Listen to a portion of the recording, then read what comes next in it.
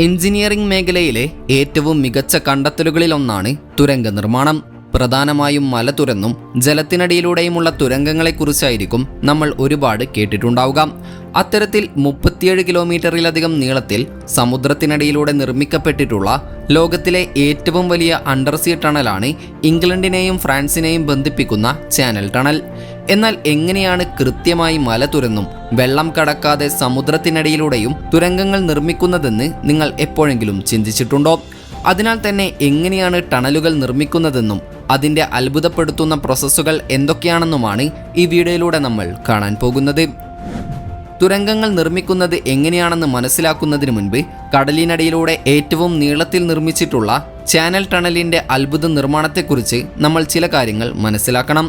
ഏകദേശം 13,000 വർഷങ്ങൾക്ക് മുൻപ് അവസാനത്തെ ഐസേജ് അവസാനിക്കാറായ സമയത്ത് ഇന്നത്തെ ഇംഗ്ലണ്ടും യൂറോപ്പും രണ്ടായി വിഭജിക്കപ്പെടുകയുണ്ടായി. അതിന് കാരണമായ കടൽ ഭാഗമാണ് ഇന്ന് ഇംഗ്ലീഷ് ചാനൽ എന്നറിയപ്പെടുന്നത്.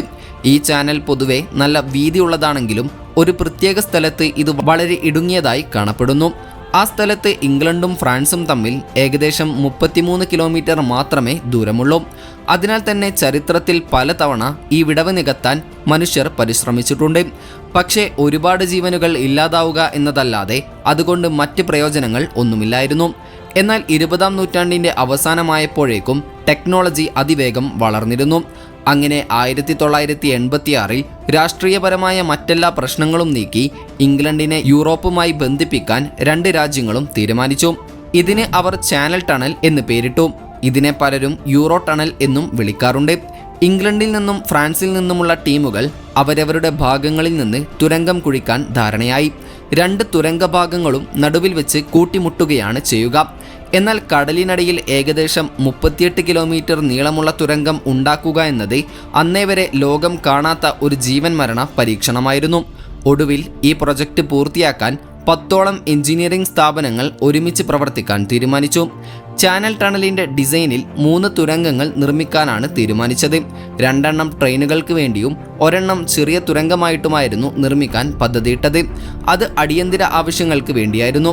ഇതിലെ റെയിൽവേ ലൈനിലെ ഒരു ടെർമിനൽ ഫ്രഞ്ച് നഗരമായ കലൈസിലും മറ്റേ ടെർമിനൽ ഇംഗ്ലണ്ടിലെ ഫോൾക്സ്റ്റോണിലുമായിരിക്കും ചെന്നെത്തുക. അതിനാൽ തന്നെ തുരങ്കത്തിൻ്റെ മൊത്തം നീളം 56 കിലോമീറ്റർ ആയിരിക്കും. അതിൽ 38 കിലോമീറ്ററോളം ഭാഗം വെള്ളത്തിനടിയിലുമായിരിക്കും. ഒടുവിൽ 1986-ൽ ചാനൽ ടണലിൻ്റെ നിർമ്മാണം ആരംഭിച്ചു.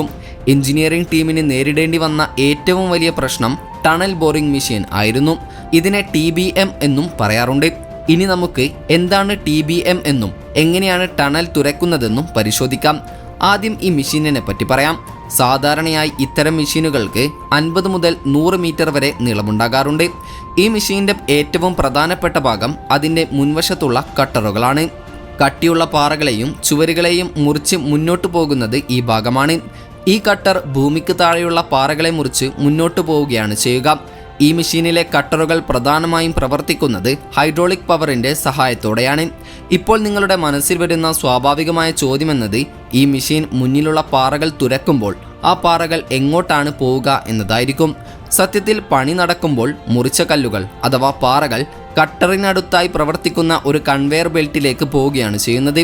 പാറയും മണ്ണും ഉൾപ്പെടെ മുറിച്ച എല്ലാ മെറ്റീരിയലുകളും ഓട്ടോമാറ്റിക്കായി ഈ ബെൽറ്റിലേക്ക് വീഴുന്നു.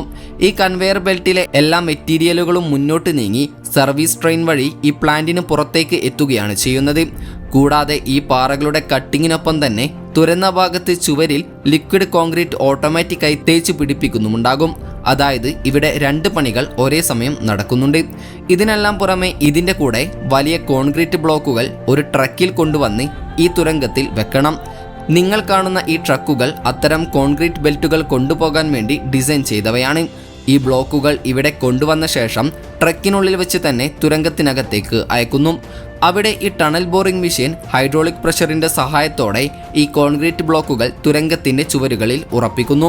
കാര്യങ്ങൾ ഇങ്ങനെയൊക്കെയാണെങ്കിലും ഇംഗ്ലണ്ടിനെയും ഫ്രാൻസിനെയും പരസ്പരം ബന്ധിപ്പിക്കുന്ന ചാനൽ ടണൽ നിർമ്മിക്കുന്ന കാര്യത്തിൽ അവർക്കാവശ്യമായ വലിപ്പത്തിലുള്ള ടണൽ ബോറിംഗ് മെഷീൻ ലഭ്യമല്ലായിരുന്നു. അതിനാൽ തന്നെ ആയിരക്കണക്കിന് മൈലുകൾക്കപ്പുറം വാഷിംഗ്ടണിലെ സിയാറ്റിലുള്ള റോബിൻസ് കമ്പനിയെയാണ് ഈ പ്രത്യേക തുരങ്കം നിർമ്മിക്കുന്ന മെഷീൻ ഉണ്ടാക്കാൻ അവർ ഏൽപ്പിച്ചത്. ഈ കമ്പനി ബോറിംഗ് മെഷീനുകൾ നിർമ്മിക്കുന്നതിൽ വിദഗ്ധരായിരുന്നു. നിർമ്മാണം പൂർത്തിയാകുമ്പോൾ ആ മെഷീനിന് 250 മുതൽ 300 അടിയോളം നീളവും 1000 മുതൽ 1200 ടണ്ണോളം ഭാരവും ഉണ്ടായിരുന്നു. കൂടാതെ അതിൻ്റെ വ്യാസം 50ഓളം അടിയുമായിരുന്നു.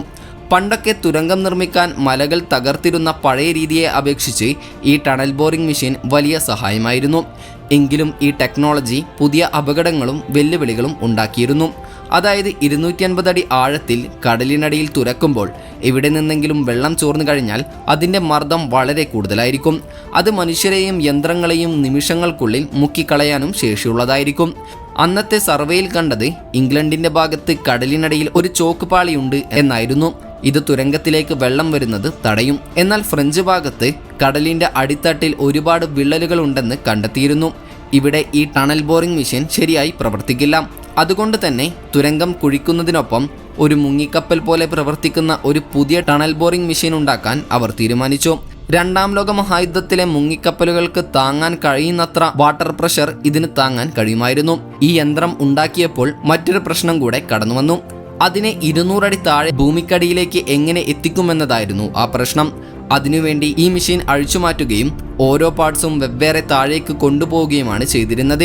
ശേഷം അത് വീണ്ടും കൂട്ടിച്ചേർക്കുകയുമാണ് ഉണ്ടായത്. അങ്ങനെ ഇരുവശത്തുമുള്ള നിർമ്മാണ പ്രവർത്തനങ്ങൾ ഒടുവിൽ 1988 ആരംഭിച്ചു. ഈ മെഷീൻ ഒരു ദിവസം കൊണ്ട് 800 സ്ക്വയർ ഫീറ്റിലധികം കല്ലുകളാണ് മുറിച്ചു മാറ്റിക്കൊണ്ടിരുന്നത്. ഒരു മണിക്കൂറിൽ ഏകദേശം 300 ടണ്ണോളം അവശിഷ്ടങ്ങളാണ് അടിഞ്ഞുകൂടിയിരുന്നത്. തുരങ്കം നിർമ്മിക്കുന്നതിൻ്റെ കൂടെ തന്നെ മുൻപേ സൂചിപ്പിച്ചതുപോലെ തുരങ്കത്തിന്റെ വലിപ്പത്തിലുള്ള വൃത്താകൃതിയിലുള്ള കോൺക്രീറ്റ് സ്ലാബുകൾ അവിടെ ഉറപ്പിക്കുകയായിരുന്നു. ബലപ്പെടുത്തിയ സ്റ്റീൽ ഉപയോഗിച്ചുള്ള ചാനൽ ടണലിൽ ഏകദേശം 7 ലക്ഷത്തോളം കോൺക്രീറ്റ് സ്ലാബുകൾ ഉപയോഗിച്ചിരുന്നു അത്രേ. ഒരു വലിയ കോൺക്രീറ്റ് സ്ലാബിന് 12 ടണ്ണോളം ഭാരമുണ്ട്. അതായത് ഏകദേശം ബുർജ് ഖലീഫ ഉണ്ടാക്കാൻ ആവശ്യമായത്ര കോൺക്രീറ്റ് ഇവിടെ ഉണ്ടായിരുന്നു എന്ന് സാരം. ഇവയെല്ലാം സർവീസ് ട്രെയിനിൽ കയറ്റി തുരങ്കത്തിലേക്ക് കൊണ്ടുപോയിരുന്നു.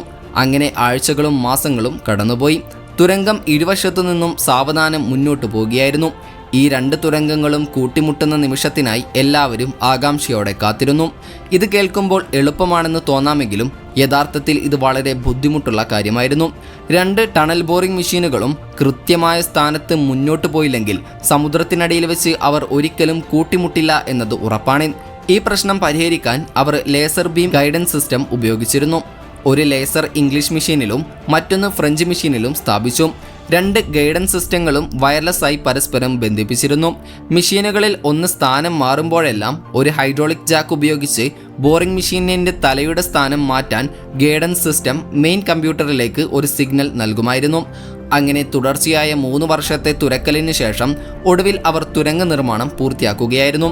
അങ്ങനെ ഫിനിഷിംഗ് ജോലികൾ പൂർത്തിയാക്കിയ ശേഷം ചാനൽ ടണൽ ഒടുവിൽ 1994 മെയ് 6 തുറന്ന് പ്രവർത്തിക്കുകയായിരുന്നു.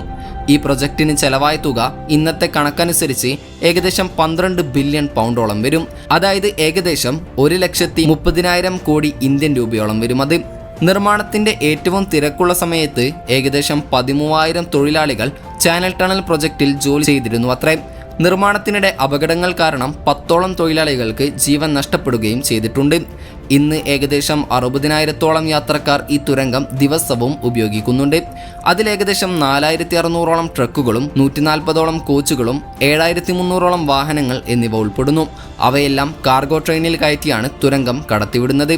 ഏതായാലും ഇത്തരത്തിലുള്ള തുരങ്കങ്ങൾ കാരണം നമ്മുടെ ഗതാഗതം എളുപ്പമാകുന്നതിനെക്കുറിച്ച് നിങ്ങളുടെ അഭിപ്രായം എന്താണെന്ന് കമൻറ്റ് ചെയ്യാൻ മറക്കരുത്. അപ്പോൾ മറ്റൊരു ഇൻഫോർമേറ്റീവായ വീഡിയോയുമായി വരുന്നത് വരെ ഗുഡ് ബൈ.